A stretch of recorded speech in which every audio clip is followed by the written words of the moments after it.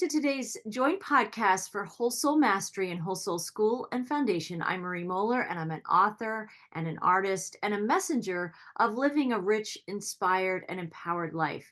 And I'm back again today with Justy Renson. We talked about the heroine's journey recently, early in October. I feel like this is a perfect time for a lot of these energies to come into many people listening to our podcast today. And we're going to be talking about the awakening goddess today. And Justy, I want to welcome you. Thank you for joining me today. And I wanted to also invite you to talk a little bit. Let's review those stages of the heroine's journey a little bit. And then we're going to get into talking about the awakening goddess. Beautiful topic for today. Thank you. Well, thank you, Marie, and it's wonderful to see you and to hop on a Zoom call and chat about the heroine's journey again. I love it. Sure. Yeah, so the heroine's journey, as I see it at this point in time, I've distilled it down into 7 stages that fit my experience of it. And it's riffing off some other teachers who also talked about it, such as Maureen Dock, who quantified it into 12 stages. So I figure, hey, if she can do that, I can make it 7. So this is how I see these stages today. Stage 1 is ordinary life, where the woman is trying to fit into societal gender expectations, and she often will end up choosing a masculine path for success in order to make it in this world, and yet still trying to do it all, be feminine, be, sexy, be a mother, all of this. That's ordinary life. Most of us know what that's like. And then something starts to stir, that there must be something more, or this is not working, or I am truly, even though it looks good, I am just not happy. And that is the call of the goddess. And it's stirring from within, usually. In the hero's journey, it says the call of adventure, but I find, and I've seen other people speak about this, it emerges from within, and it can be a deep longing. And then it could be happening simultaneously, but she may find that she is in a dark forest, or what we could also call the dark night of the soul. It might be more than one night. It is more than one night. And it becomes more desperate. It just becomes more untenable. A lot of disillusionment, a lot of sick of struggling, might be hitting a wall and hitting burnout, might have to have a feeling of dread that she's going to have to burn down her life. And that is the dark night of the soul. And that could go on. And, we will talk about how it's fluid, the heroine's journey. And I have found that this call of the goddess and the dark night of the soul sort of interplay with each other. Like you're starting to get some realization of something more beautiful being possible. And then you get plunged back into this darkness. It could be really depression. But all is not lost. There comes a day when our heroine attracts a goddess mentor. This could be in daily life, or this could be actually someone on YouTube, a book that she reads, etc.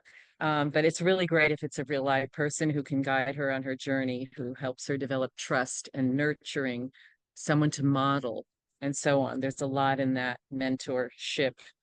And then the mentor will guide her into, and she will discover the secret garden. And this is where she goes deep within.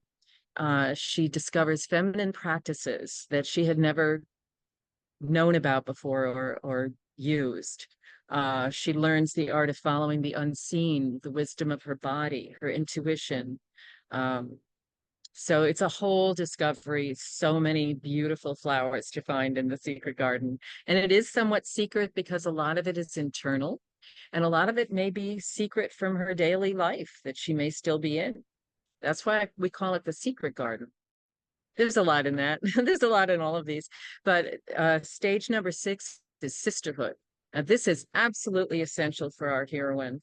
It takes a village, as we say. And she will create a whole new sisterhood, a whole new community. She needs a tribe. She no longer has to do it alone. The heroine's journey is not a journey of the individual. The heroine's journey is actually a journey of community and sacred sisterhood. And that is the joy and the fulfillment of it. It's not just the champion reaching the top of the mountain. It's the joy comes in that sacred sisterhood. And seven, the final stage of the heroine's journey is the circle of life. And this is so ancient. You have the circle of the four seasons, you have the circle of the elements, and these are in, ancient shamanic practices, which involve a lot more of the feminine. We have the menstrual cycle, we have the moon cycle, we have the circle of life and death and rebirth. We know about all these things, and this is what she finds, and she wants to circle back. She accepts the circular nature of life. She accepts it and embraces the circular nature of life. This is her wisdom. And she wants to circle back and guide other women on this journey. And so she keeps coming back. And she may have another heroine's journey, and it will also be circular. So that's the circle of life, the seventh stage. And those are the seven stages as I see them today of the heroine's journey. And I just love being on it. It's so awesome. It's such good energy. And as you were just talking about the seventh stage, your seventh stage, that circle of life, in the hero's journey, the whole journey is to get to that pinnacle moment where and then the last stage is the return, where they bring the elixir back, right? They bring this external elixir. But what's so beautiful, what I hear in the heroine's journey, is she is the elixir. She is it, right? She's That's the right. embodiment of it, That's right. with all of the beautiful that beautiful review, because I think it's so important. It's the foundational understandings of what we're going to be talking about today with the awakening goddess, and delving into that just a little bit more together. I have a few quotes that I want to share that inspire and evoke the same messages that you were just talking about. This first one comes from Marianne Williamson, and that the goddess doesn't enter us from outside. She emerges from deep within. She is not held back by what happened in the past. She is conceived in consciousness, born in love, and nurtured by higher thinking. She is integrity and value, created and sustained by the hard work of personal growth and the discipline of a life lived actively in hope. And, you know, people listening can feel, different buzzwords and frequencies that come through that quote from Marianne Williamson. But all of these things, there's a fullness. You talk so much about that in our first podcast together, that the feminine wants to be full. And a lot of people arriving to the call of the goddess stage, just recognizing their ordinary life, they are recognizing maybe the aspects of emptiness, the lack of fullness, the places that that there are gaps in their life, things aren't connecting. And we can call that, that dark night of the soul, the dark forest. There's this element of waking up and realizing that there is something more. There is that seeking of the fullness, that seeking of the wholeness. And I think it's such a beautiful moment that happens in our journeys. And this is new to me because I've been so deep in the hero's journey. When I reflect on the heroine's journey, it is distinct and beautiful, and it's softer, and I don't know, it's more malleable, and it's every aspect and essence of what she's awakening to is part of the fullness that she's seeking. So whether it's discomfort, whether it's joy, we know there's so many aspects to the journey. But in the heroine's journey, she's feeling so much more, right? Whereas the hero's journey, they're doing, it's in the doing. But in the heroine's journey, it's in the being with it.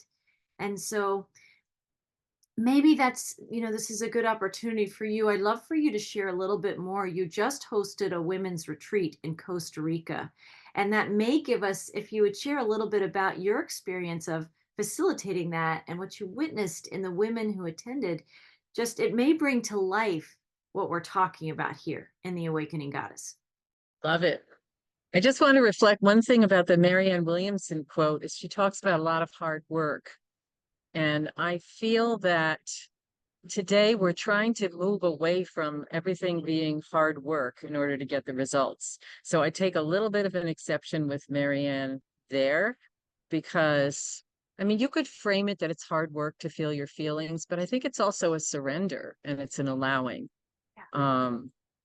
And some of the things that we do are not hard work, like lying down and accepting a breath journey and just breathing deeply. And that's not taught. We're taught hard work to get results and to reach goals. So that's one thing that I just wanted to take a little exception, even though she's inspiring. I think we've sort of moved on past that in a certain way. I think so. I think it's good to point these things out that even in these times of we're all moving into a higher consciousness. I mean, the planet is ascending and we're moving into higher frequency living. And so it's and Terry Cole Whitaker, we'll talk a little bit about her today, would really highlight and spotlight words and where we're still incarcerating ourselves in old paradigms and ways of thinking and where we can liberate ourselves with the words. And so I think it's really important that we can extract and pull out the greatness of some quotes that have gone before us, right? And then also, talk about where things are changing. It doesn't have to be hard. And I think it's more of like the softness and suppleness of remembering and surrendering, like you're talking about, which is so beautiful and what you're bringing to light in the heroine's journey. So thank you. I appreciate that. Sure. And now let's see, talking about the retreat. This was, it's called, and we did it, it's called the Turning Point Retreat for Women. And we had it in Costa Rica, right across the road from the Caribbean Sea and in a space that was a jungle, really, cleared and made into gardens, but also huge trees and varied, gorgeously green plants all around us. So it was definitely in a space of nature and sounds of birds and frogs and howler monkeys coming in while we were doing practices. Not that the monkeys came into the shala, but the sounds of them came in like right at opportune moments. So that's the setting. So, this was a way for women to go inward and use nature to support that. And we had one day for each element. We had a day where we focused on the earth. We had a day where we focused on the water, including the sea, and then the fire, including a fire ceremony where we burned our fears, ripped them up and burned them, and including air, where we sang our hearts out and where we received the breath journey that I mentioned earlier, etc. So we played with these elements, and that's a different kind of a journey. So the Awakening Goddess, it's just so applicable because this is what I would say everybody who was sitting in there is an awakening goddess, and they are at different stages, of course. And it especially stands out when the person has been really steeped in ordinary life and yet felt the call of this retreat. The call of this retreat was like the call of the goddess for some of these women. Like, I know that I don't know what to expect. This was in what one of the women said afterwards. I didn't know what to expect in the turning point, but I just, showed up. And so there's something that is calling them, the idea of the turning point and the place and time and sisterhood and of it. And they knew a little bit about the practices that were coming, but not much. So there was an awakening there to even just come to the darn thing. And then, people who had been very steeped in their ordinary life, and probably most of them were, one of them was a facilitator who she ended up joining the retreat because she got a special offer. But she has been very consciously on this healing path. But the others are very steeped in ordinary life. And so there was an awakening goddess that took place over the week, that I could see I could see, feel, experience, and we all saw it in each other. We saw the radiance in our faces come out, their faces. Um, saw the softness. I mean, it's captured in the videos where they speak. It's like, wow, look at the softness that's coming over her face now. After she's had these Bach flower essences, or, after she's had this whole week. We had tears, crying during dances. Someone who would be on her hands and knees sobbing during, a beautiful, touching song. And that was healing for her, and she welcomed it. But that was an awakening too, because something definitely was coming through. And then we had a woman who just recently, her father died. She had just buried him like a week before the retreat, and her mother the year before. And she knew that this was some kind of a change point for her life. She knew even at the funeral that she felt some kind of freedom, but she didn't know what this was going to lead to. Yeah. She didn't know what this meant for her. So to me, that's an awakening goddess. Like, oh, something's going to be different now for me, but I don't know what it is, you know. But it was enough for her to fight the obstacles. And she was probably the person who had the most obstacles to get herself there, who actually did make it. I had a couple who signed up and then unsigned up. They had obstacles. But this one made it. And the long phone calls that I had with her, actually one long phone call about all the different resistances, about the food, were dogs in the street going to bite her, what kind of critters were going to get in the tent, the transportation, you name it. So this to me is, you know, shows that there was something awakening in her that wanted it badly enough to go through that. Yes.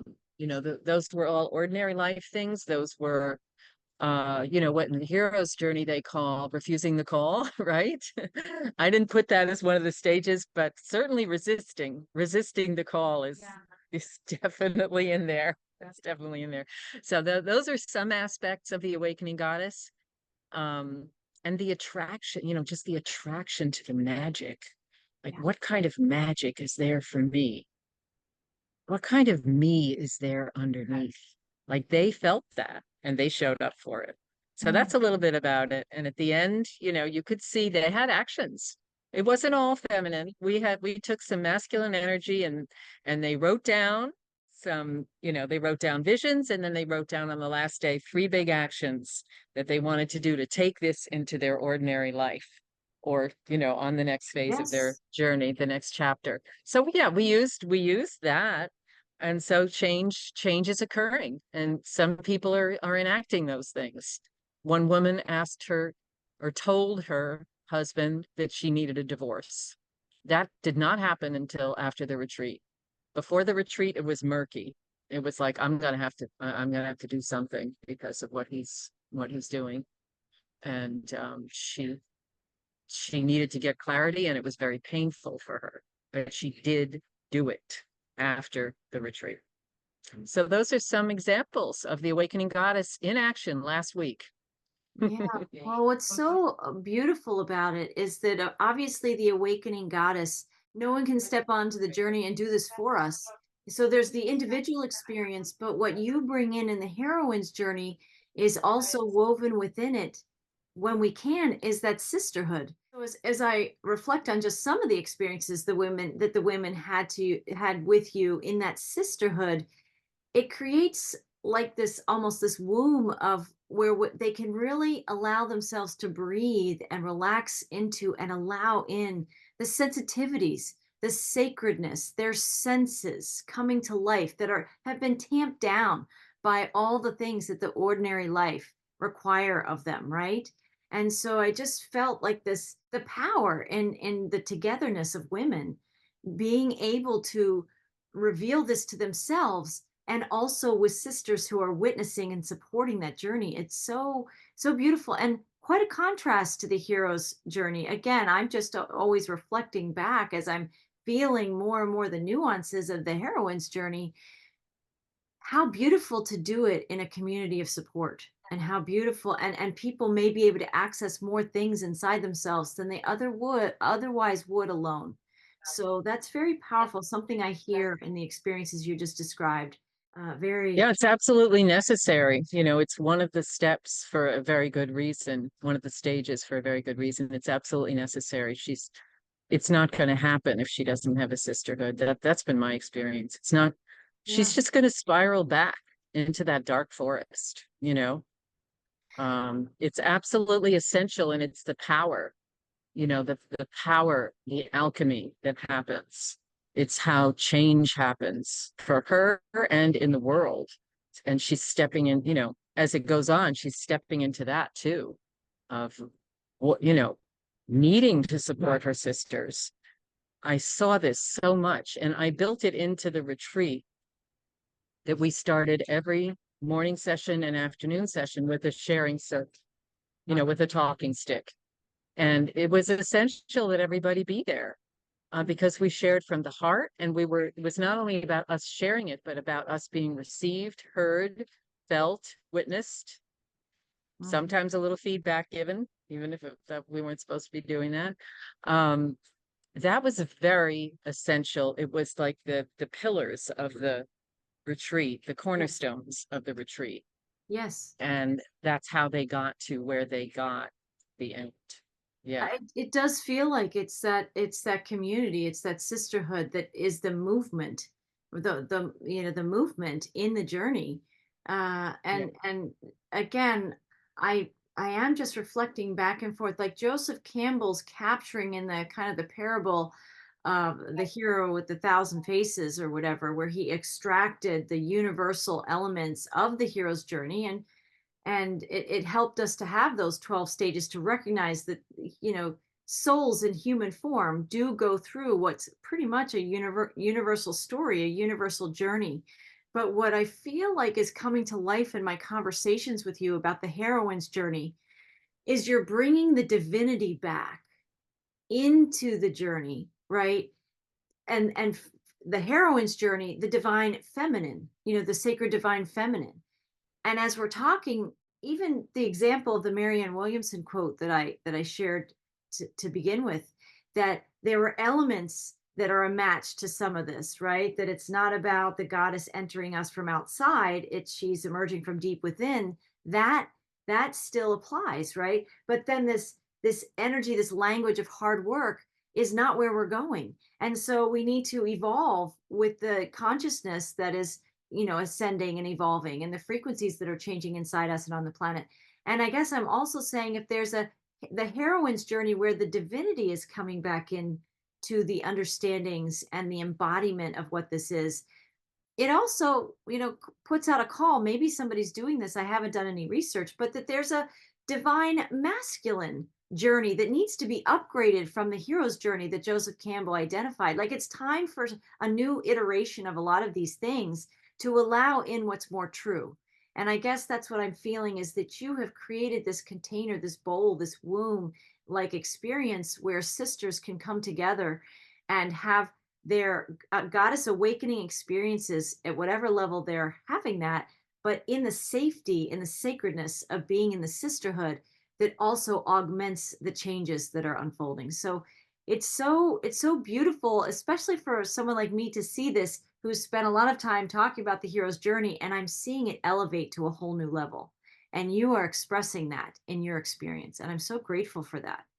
Thank you. I feel like we could do a whole other episode on sisterhood and sacred sisterhood and what that means. There's so much depth in that. I would love to talk about that. And it's not easy either all the time. It can Right. be challenging, but it's really necessary. Yeah. Um, yeah. Yeah. Well, So, and I guess that's probably part of the awakening too, is, starting to realize that I need a sisterhood. yes. I mean, because it's recognizing that there's probably been changes inside us brewing for a while, those that feel the call to the goddess, right? And so as we're allowing that in the heroine's journey, it's very natural. And I'm talking to men as well, right? That heroine inside themselves that also seeks community, right? That the divine feminine provides in their own ways. And it's especially rich and full for women specifically. And I know that that's who you work with the most. But these, what we're talking about applies both to men and women.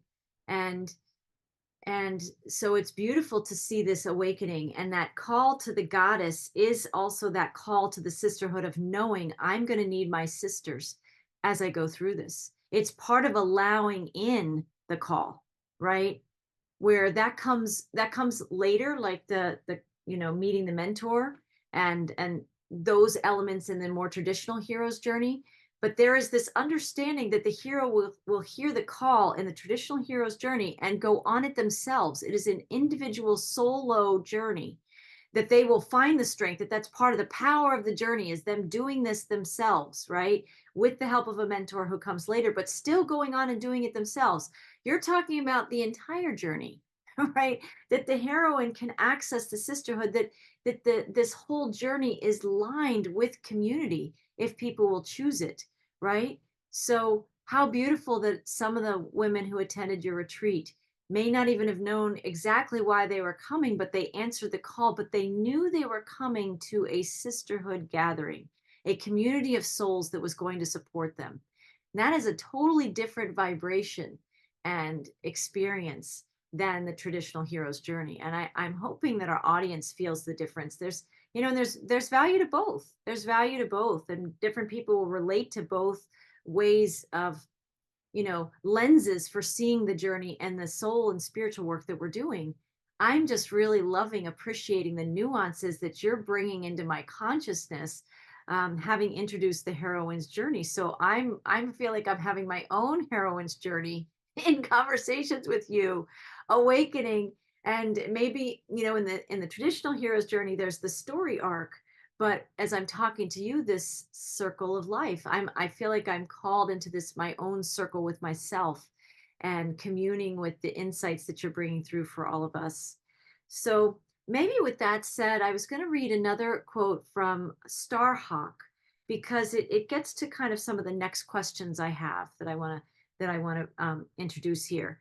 So Starhawk says, the image of the goddess inspires women to see ourselves as divine, our bodies as sacred, the changing phases of our lives as holy, our aggression as healthy, our anger as purifying, and our power to nurture and create, but also to limit and destroy when necessary as the very force that sustains all life. Through the goddess, we can discover our strength, enlighten our minds, own our bodies, and celebrate our emotions. We can move beyond narrow, constricting roles and become whole. And I just want to take a breath for what the energies that brings forth in me, but just the image of the goddess inspiring women to see ourselves as divine. That's so much what you're bringing forth in the heroine's journey and the teachings that you're offering to people. And also that energy of like, well, there's this beautiful energy, or like our bodies is sacred, ourselves is divine, right? The changing phases of our lives is holy. That just feels so good, at least to me. And I imagine just people feeling that right now.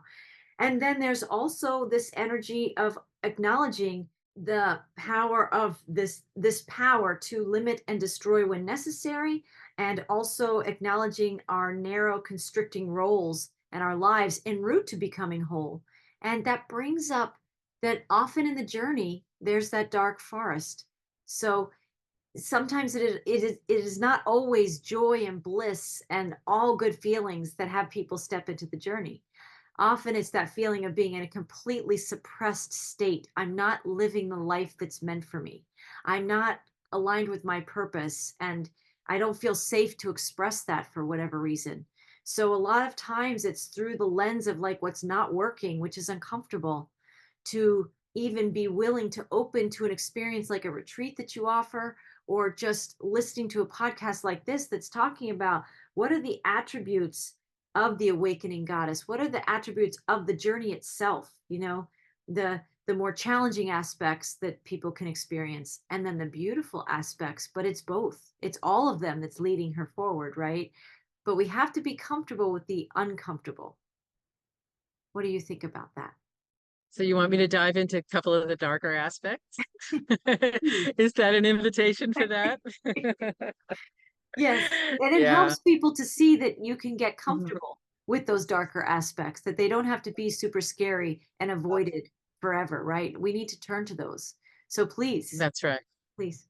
Yeah. And the dark forest is very near the beginning of the heroine's journey because she may just be stumbling into that like right away. And at the same time as the call of the goddess is coming in over here, she's in the dark forest right here. So what do I mean by that?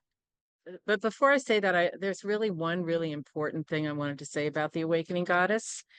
And I think this has to do with why she would even keep trudging, is that once you start to wake up, you can't go back to sleep. Once she starts to hear the call of that goddess, she can't completely ignore it. Once she feels something emerging, it's it can never be it can never be completely denied, though she may try. So I feel that that's really important. And it gets more and more painful to ignore it.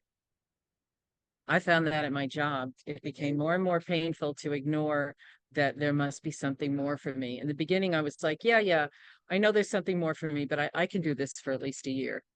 Um, and I just did it.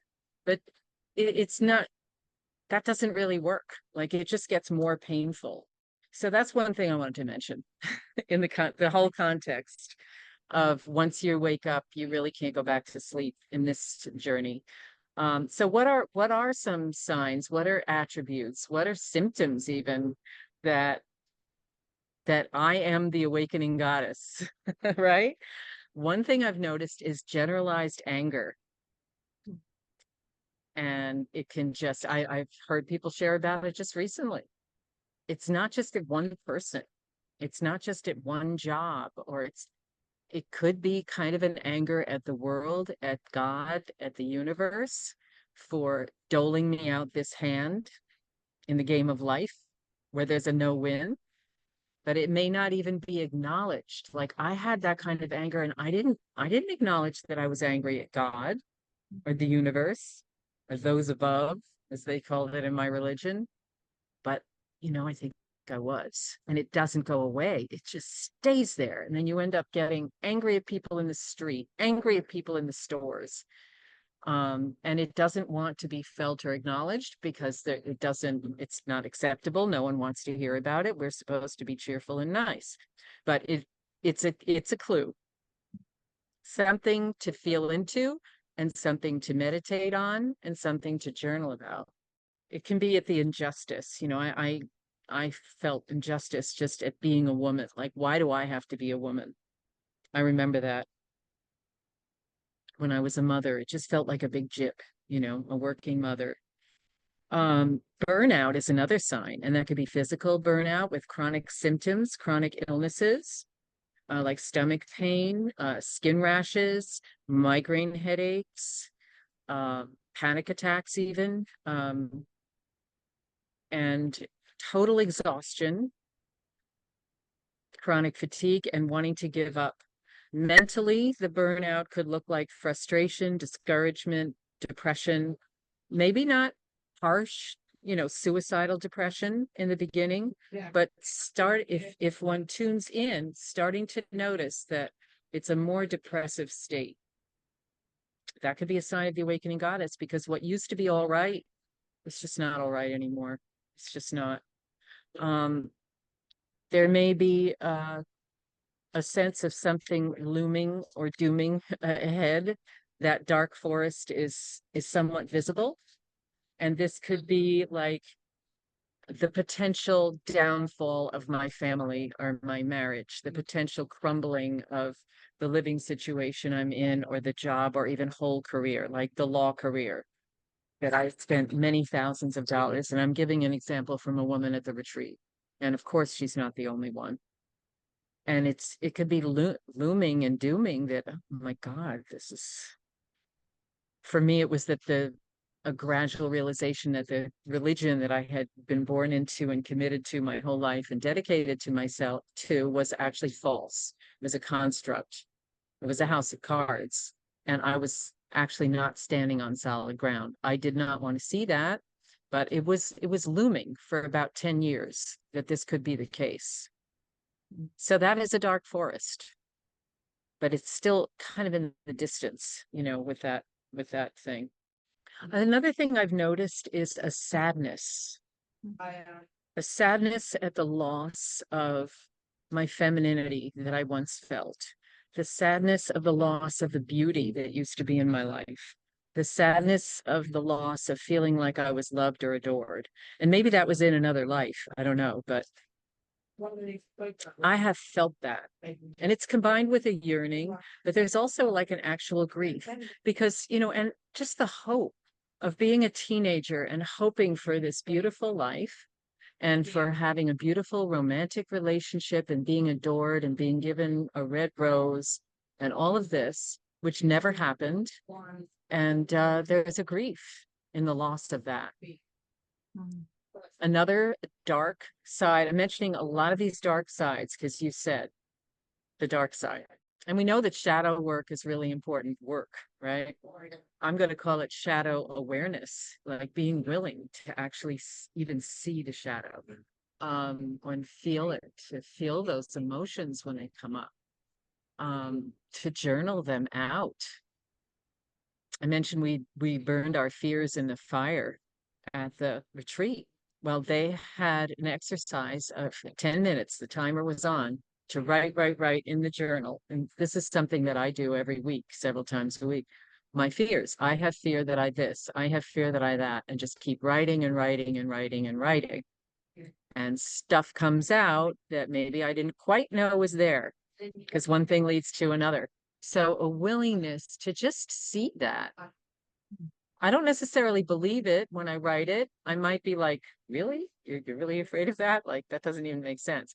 But it's there, and I'm willing to expose it to the air. So that's part of this journey that's not hacking away at it necessarily, but seeing it and acknowledging it and feeling it. Another one of those that I've noticed is envy and jealousy towards or against other women. And it can come about because I actually really desire what they have. And I kind of hate them for it because I feel I can't have it and never will. That is painful because the call of the goddess is also the call towards sisterhood and the divinity in all women, and wanting to be with women, not wanting to be pitted against women in patriarchal competition for the scraps. But those two are like warring each other almost internally, and it's quite painful. It's quite painful. I don't want to be jealous of this other lovely woman in my space who has, a beautiful partnership or has a radiance and a glow to her. She has a confidence to her. She invites people towards her and they're attracted towards her. I remember being quite envious of that. And I was like a wallflower and I felt like I was dull and, unseen, etc. So that's another sign to me of the awakening goddess, is to be aware of that feeling and not like it. Yeah, so those are a few. Do you have any comments about those before I go into another one? Well, they're just Another aspect. you so eloquently capture what a lot of people may not even feel safe to articulate themselves, but by you articulating it, it gives themselves permission to just acknowledge it in their own life. And it gives words to some things that maybe they haven't had the ability to name. So, it's that awareness you said, instead of shadow aspects or shadow traits, or I love that you called it the shadow awareness, because bringing awareness immediately brings light to whatever it is, right? And already whatever that darkness is, it's already a little bit lighter just because you allowed yourself to have awareness of it. So I'm grateful. So please continue. Great. Yeah, I said shadow work. We've heard Shadow about work. shadow work for at least 10, 15 years, and I just thrown out that word work. Right? So, okay, then we start to have some longings and some desires. And I have noticed in myself and in other women a desire to go inward, a desire to become so-called isolated, which we judge on being isolated, a desire to be an introvert, a desire to spend time alone and stay home and not go to the party, to go on retreat, to go on a silent retreat, to go on a women's retreat where I wasn't going to have to accomplish a lot of stuff. I wasn't going to have to go zip lining. I mean, okay, women's retreat, there are some other women there, but still, like one of the women who came, she had been what she called joined at the hip with her boyfriend, her partner, that, they fell in love with this summer, and then they've been traveling together and everything else. And it's been great. And she's had a desire to whew, separate from that and be on her own, be alone. There was some other women in the space, but for all intents and purposes, she was getting some space. That was what she desired. She came out with more than that, but she desired to come in for her own personal space. Mm. No more of those empty socializing parties and just, talking for the sake of talking or pleasing people. Like she's like done with that. Like that could be a sign. I definitely experienced that. Um, I forgot about this other dark side. I gotta mention this. I think I did. I might have mentioned it earlier, but she may go more into addictions and in order to be in some level of denial that this shift is happening with her, that her life is about to fall apart. And I really identify with that one because for like a decade, I had a sense that my life was going to be falling apart. And I tried like heck to keep it together. I got a dog to try to tie our family together. And, he did to some degree. I created a beautiful physical garden, which I called garden therapy. But in addition to that, and it happened probably even more uh, as I started to break down what I was doing. So this will come up later as part of the dark forest, but it could be in the beginning, is addictions. And this could be alcohol addiction. Maybe she's drinking more cocktails. Maybe it's sex addiction. Maybe she, decides to start having sex with more people or dating more people or go outside her marriage or something, because to fill herself and to distract herself and to make herself feel like she's beautiful and loved, right? And it can be addictive because it's not genuine. It's like just compulsively trying to fill it. Sugar addiction, I definitely had that. Walking around New York City getting candy bars. This was something I knew better then because I was a personal trainer, fitness instructor, certified in sports nutrition, had done all these healthy eating plans. Well, that was out the window because I was in some kind of denial stage of my awakening, and I was eating chocolate bars. So that's painful. That's painful. We do not want to be in these addictions. Coffee addiction is another one, or energy drinks, caffeine, to drive us because we may be experiencing that burnout. We may be experiencing that exhaustion. We may be experiencing that complete apathy. Like, I don't want to go to these college courses. I don't want to write a paper. Like, what is happening to me? You know, and so just coffee, you know, get up and make a huge pot of coffee and drive yourself out there into that world and do it. Um, and those wreak havoc on our health too, but they're bad for our soul. But I still believe that it's for the greater good, because if we can just hang on, and the awareness that we're on a heroine's journey could really help us to hang on and get recovery from those addictions. Yes. Find a sisterhood that will help us with that, which I did. Um, yeah, so addictions is another one. It's actually a sign of the call of the goddess because something is pushing through. Yes. that we may not want to see or feel or hear. Wow. I mean, you bring through so much awareness. You bring through so much energy that people, when they're tamped down and they feel suppressed in their life, and that I keep thinking about the second chakra, right? Because all those things might be the addictions, connected to the second chakra, other chakras as well. But what we're really seeking to access, if the feminine energy inside us, the goddess within, is seeking fullness. And we're living in a world that is so multiple layers of illusions. I think a lot of this, what might feel like a crisis and something that people have tried to avoid, like you said, for 10 years, trying to keep your family together, seeing that inevitable dark forest coming, but doing everything you could, which was also probably tamping down your true self expression, which comes through that second chakra. It is this like life force that is not going to stop coming through us. It may have been suppressed for a time, a year, a decade, a lifetime, other lifetimes, but it won't be kept down forever.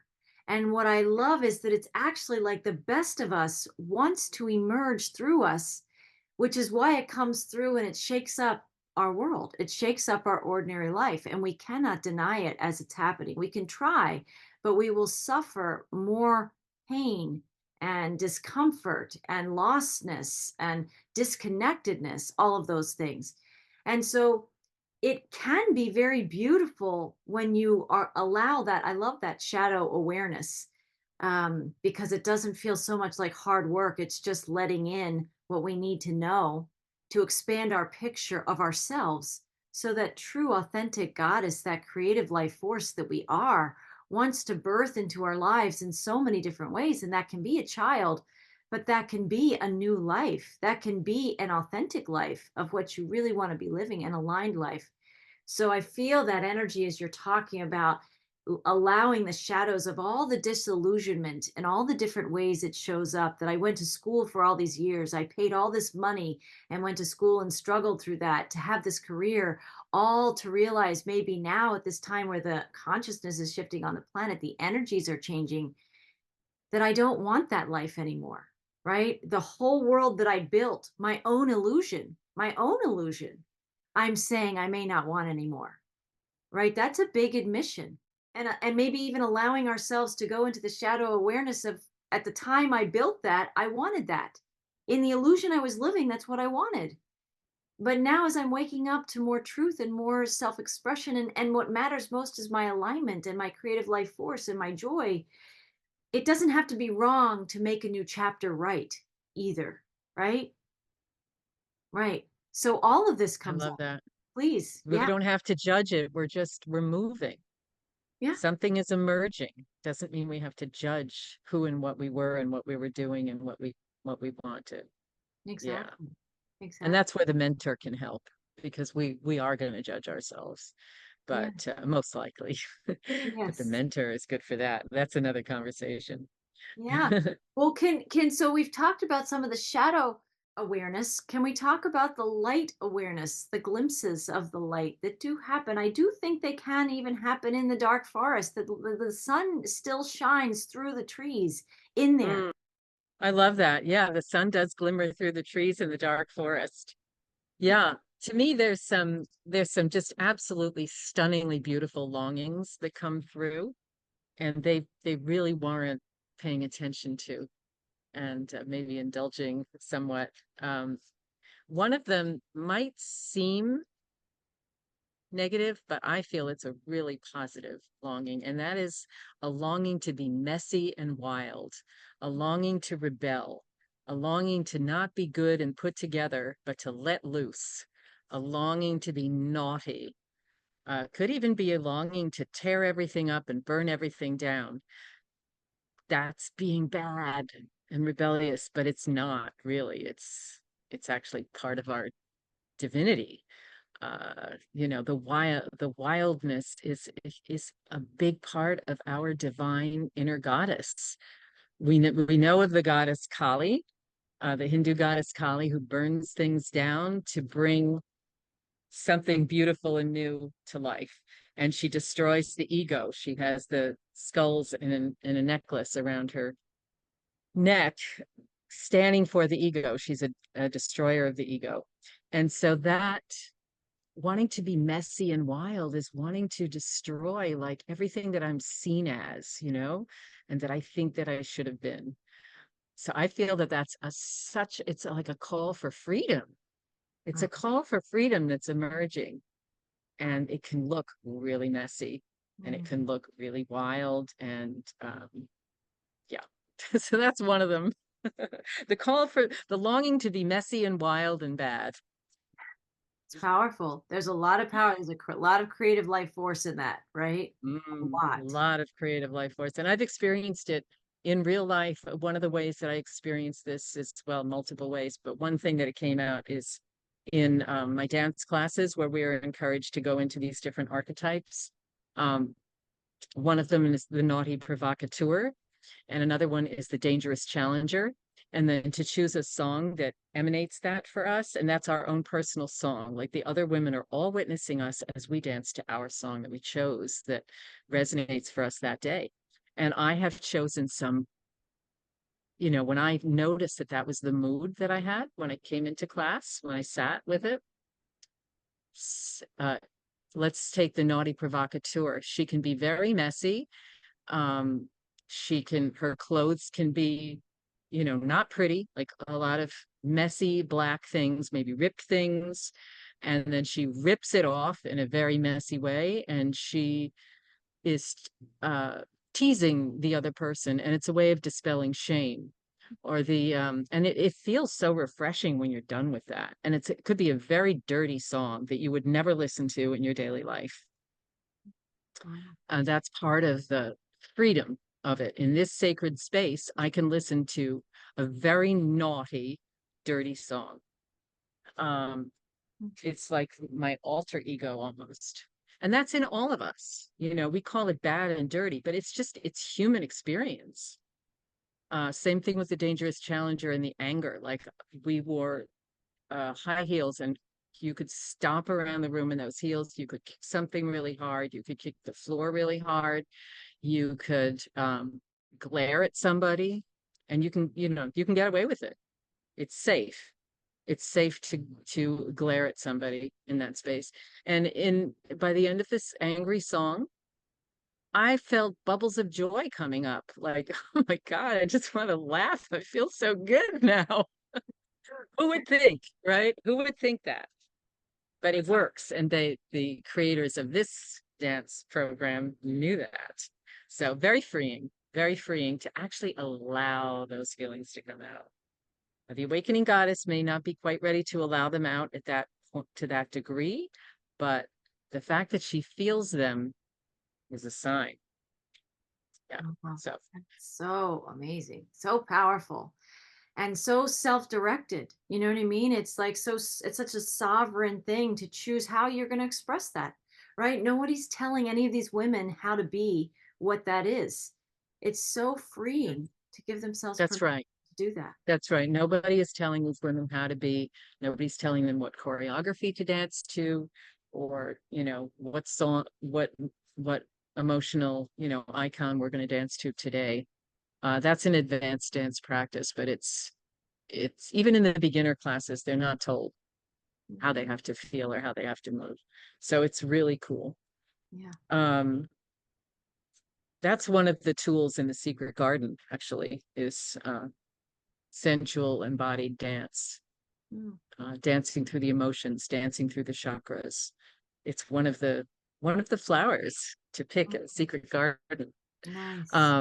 Not to say that you can't do that right on day one, when you find out Right. about it. A couple of other things that the longing, I feel that there's a longing for gentleness, a longing for beauty, and that could be beauty in my surroundings. It could be beauty in nature, like longing to be with the ocean is very common, longing to be with flowers or in the garden, longing for a gentler pace. You see that I moved to Costa Rica. There are people here. It's not like I'm in the back of beyond, but it's a gentler pace to life overall. There's a motto called pura vida, here, which means just pure life, or just accept life, accept the flow of life, accept the pace of life, accept the nature and the weather, and just honor it and love it and be in it and be with it. And so I came here attracted to that. And so that maybe sometimes there's a longing to go to the country for a slower move to the country, right? I had that in 2002. I'm leaving New Rochelle, which is like half an hour out of Manhattan. I'm going to upstate New York and getting myself a house up there. And that was a longing for a gentleness, a peace, even gentle touch could be a longing. Another longing is, or I don't know if I would call it a longing, but an attraction to some of the feminine arts, or the healing arts, the to the invisible, to what secrets are held in the conscious breath that somebody is teaching. What is dance meditation? What is that? Like, I went to a workshop, I had no idea what that was, but I was attracted to it. I saw it in a magazine. That's how long ago this was.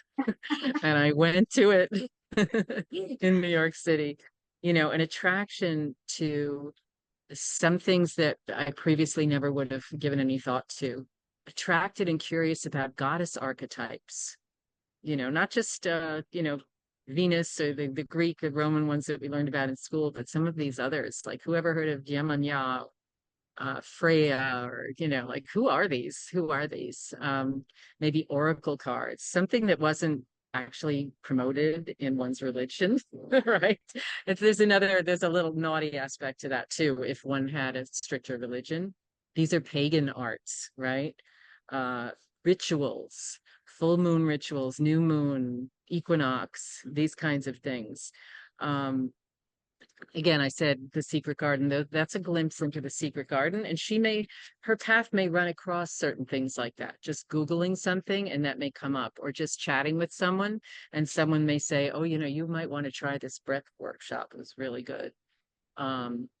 So those little seeds could get planted, and one might actually be just attracted enough to go, to try that out, to pull on that little seedling and see what that is. Follow that thread.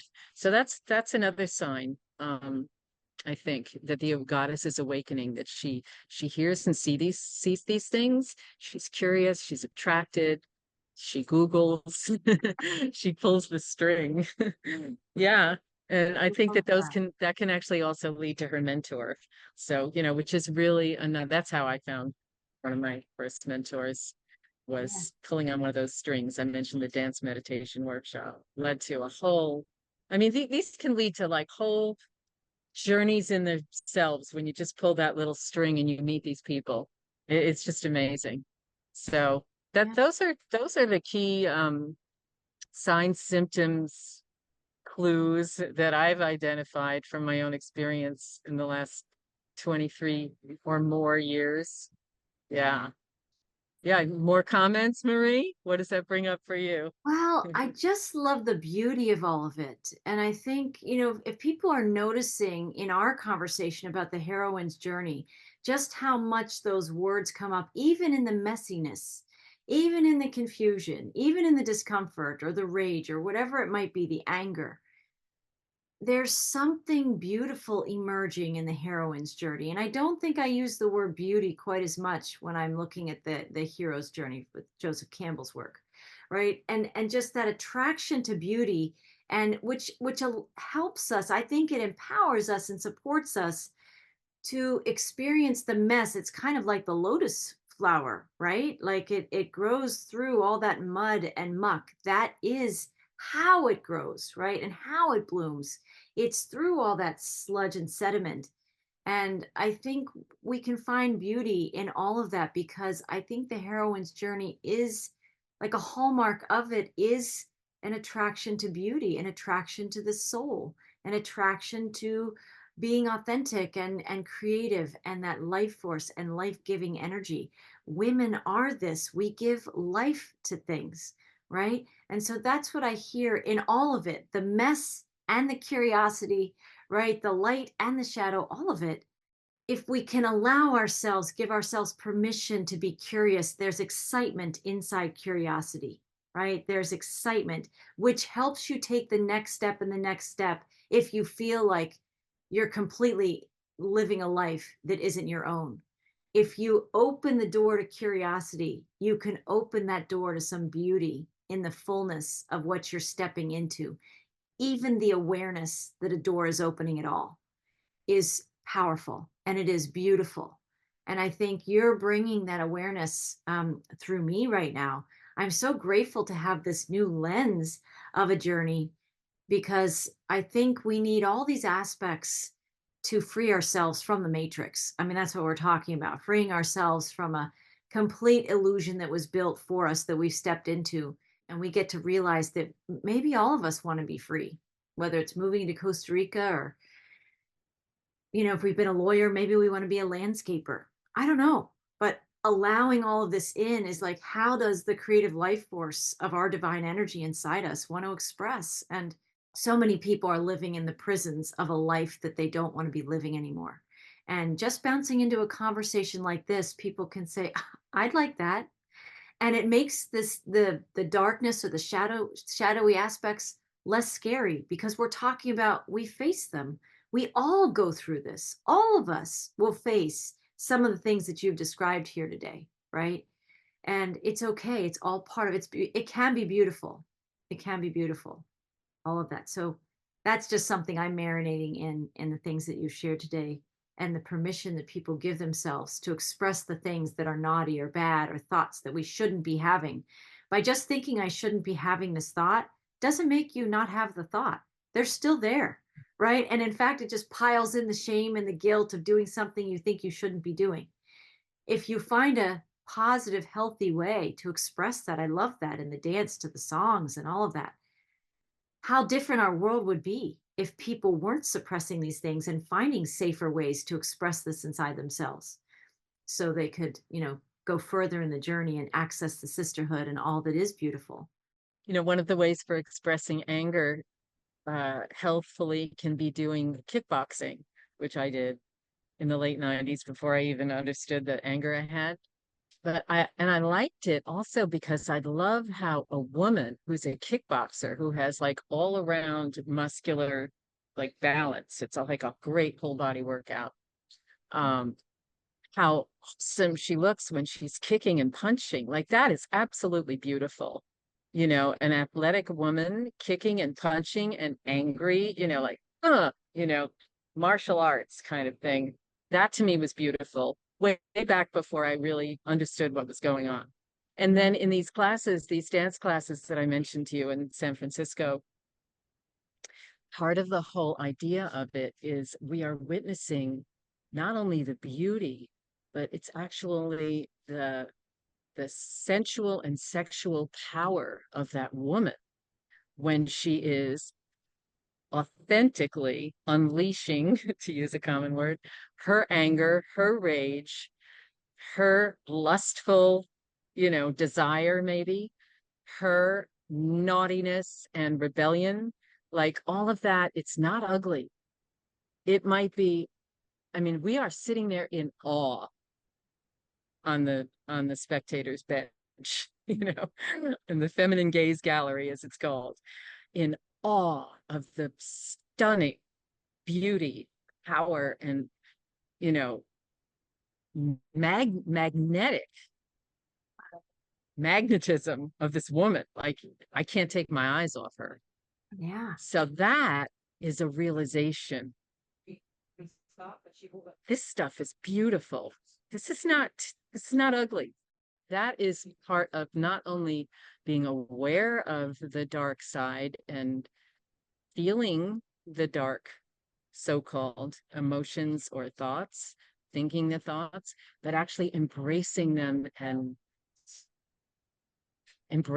loving them. Like Mm. love it. Just love it.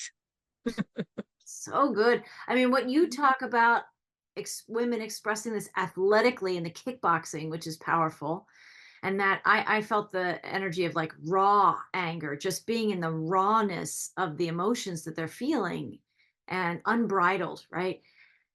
People can do the same thing in a lot of different other healthy ways. And I know when I was going through some of my dark night of the soul, that if I could have been kickboxing in my notebook, that's what I was doing. And my writings were a form of written kickboxing.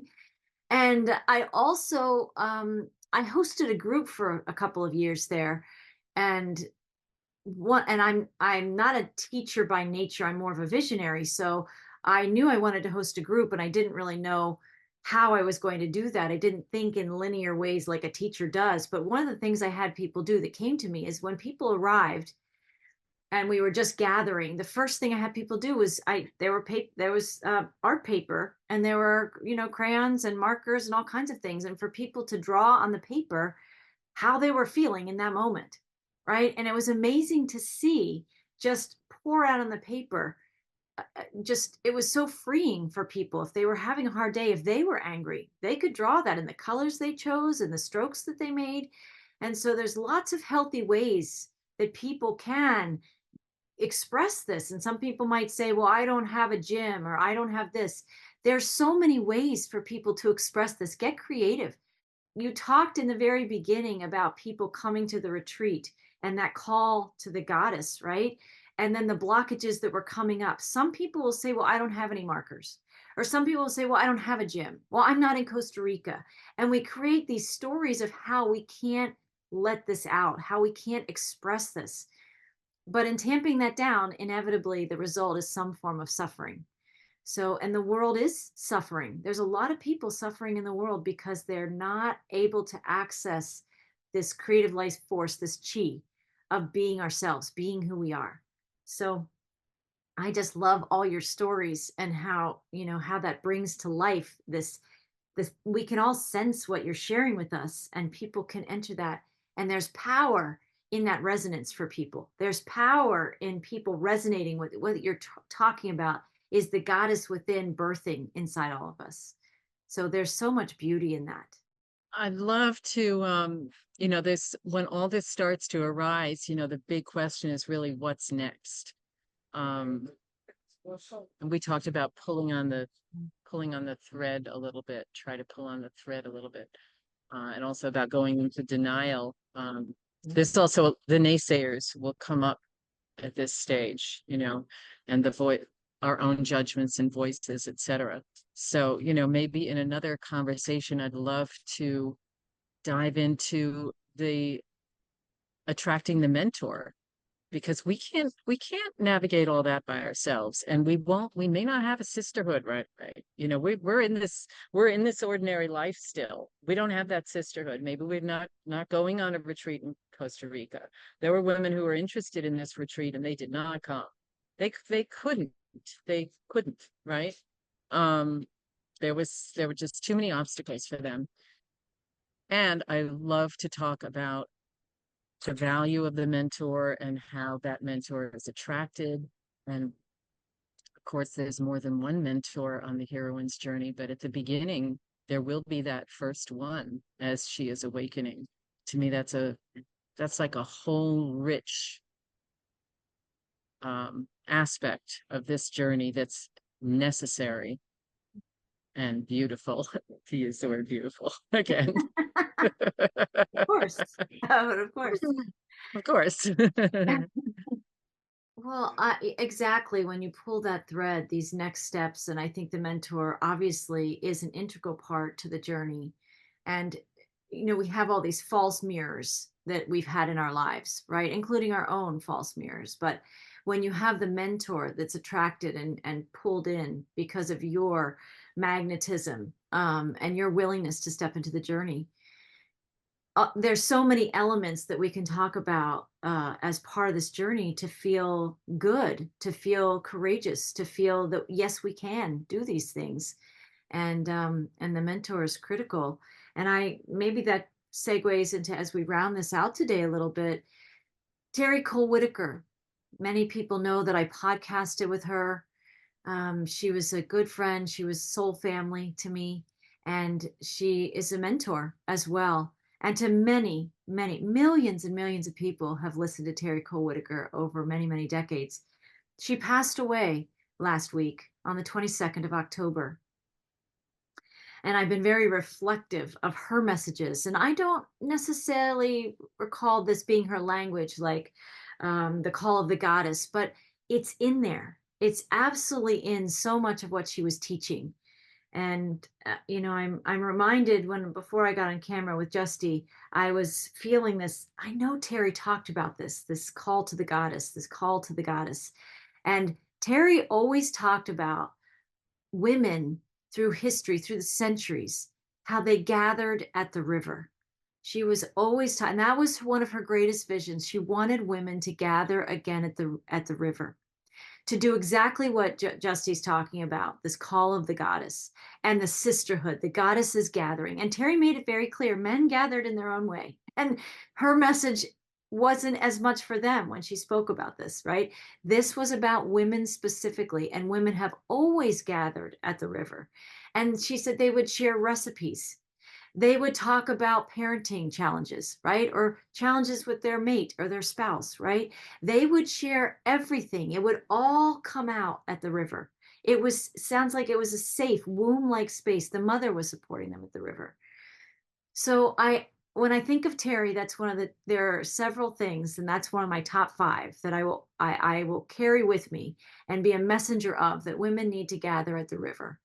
And whatever the river is, Terry and I had even talked about having round tables. Maybe that was the river in today's, times that we're in. Not everybody can travel, but people would have gathered at the river on a round table. We never had the time to pull that together yet. But I feel Terry, even coming through me talking about gathering at the river, she's just tickled about it because she wants women to gather at the river. And Justy is calling women to gather as goddesses, and when I combine those two messages, that the goddesses are gathering at the river, right?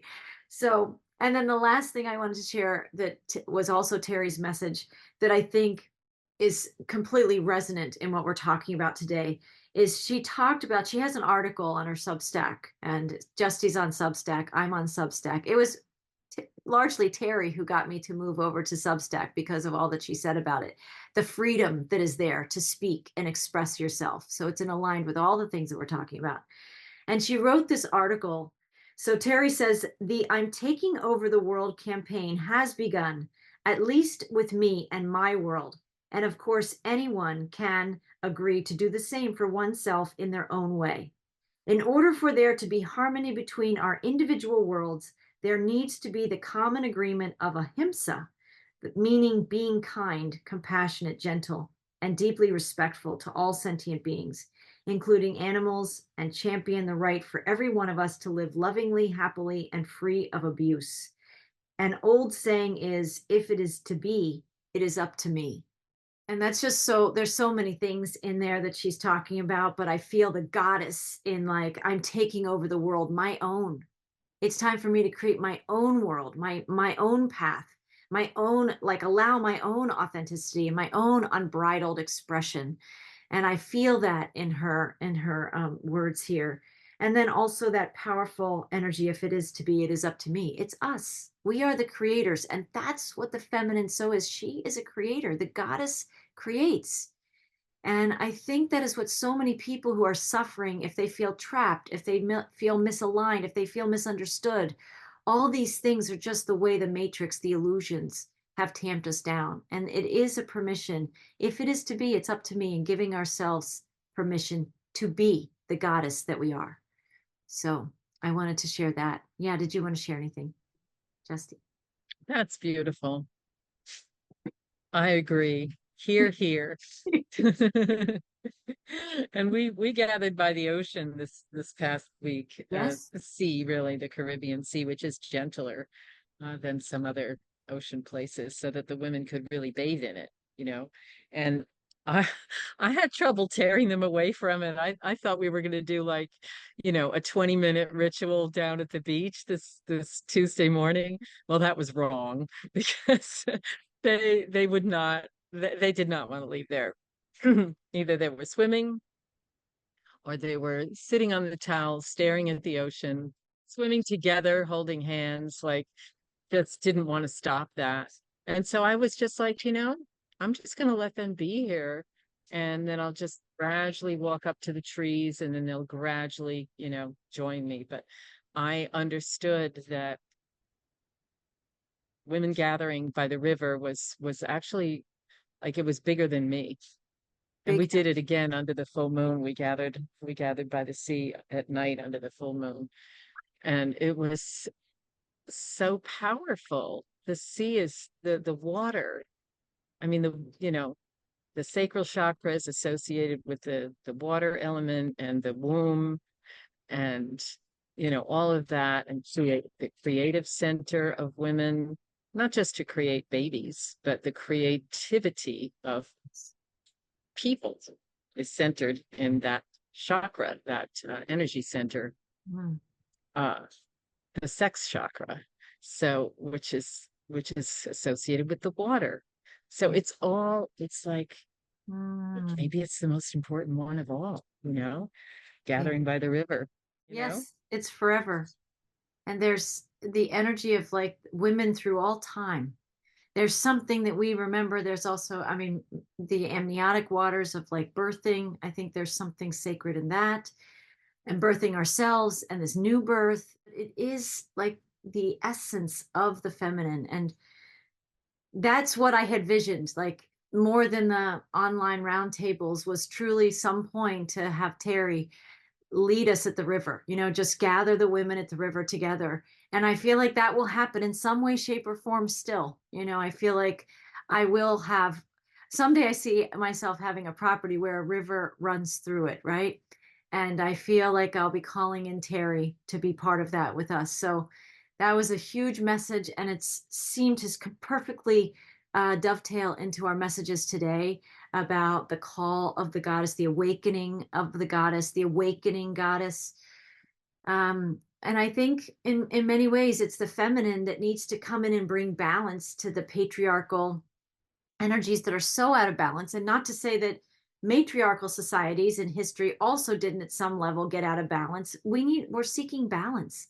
But the sacred feminine, the divine feminine, it needs to heal inside us so we can bring that together, right? And we can learn this together. We can be on a healing journey together, in the heroine's journey, in the sisterhood.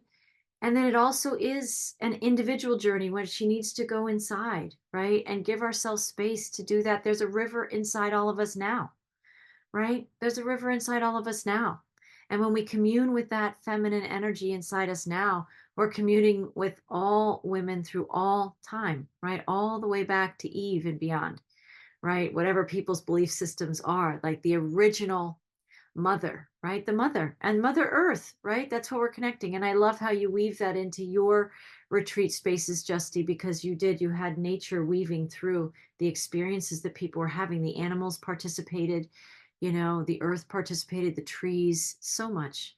And I think that's so much for me. Part of the awakening goddess is connecting with like our original essence. It's taking us all the way back. It looks like we have a journey to get to, but I think we're also unpacking all that we're not, And so there's so many elements to all the things that we're talking about today. I'm so grateful for you bringing this language and this awareness into the conversation about this creative hero, this divine feminine creator being hero that's in her ascension journey, and she wants to be set free. We want to be creating at this level in every breath, every day in some way. So I thank you for introducing all of this to us and being a facilitator of this consciousness and this energy. Thank you, Justy. Thank you. You're welcome, Marie. It's so much fun. Thank you for inviting me and opening up this conversation together. I just love it. There's, there's so much more. Like I keep thinking, oh yeah, I want to share about that. And it just we're gonna keep getting fuller and fuller. Well, it is. It's a fabulous garden of energies that we're talking about. And, when you have a conscious garden, you can weed out the things that we don't want there anymore. And we get to plant new seeds. And I think we planted some good seeds of other things we can follow up on that you talked about today. And I hope this is really to everybody who's listening, that this has given us like a fullness of experience to really just marinate its frequencies. Like I feel like truly true inspiration now, it's the words, yes, and it's the messengers and facilitators, yes, but it's the frequencies that we're communing in when we gather people together. It's the energies. It's the energies of the river that transcend time. It's the energy of the mother that transcends time and space. This is what we're talking about. And I want to thank everybody for like communing with us in this podcast, whether they listen to it right when it releases or whether you come back to it 5 years from now, right? It's there for all of us. This energy and this life force is actually, it indwells us. So I love that we get to bring it to life in these conversations and to pave a pathway for people to access this again, wherever they're living, wherever they're listening to this. This is for them. This is for you. This is for your soul's journey. So thank you. Thank you, everybody that's joined us in this conversation today. And hopefully we'll be back again sometime soon and, journey into some more things, right, Justy? We'll do it. We'll do it. Yay. Yay. Awesome. Well, thank you, everybody. I'll leave ways to connect with Justy in the description section of the video. And we hope everybody has a fabulous day and a fabulous week. And we'll see you soon. Bye, everyone. Blessings.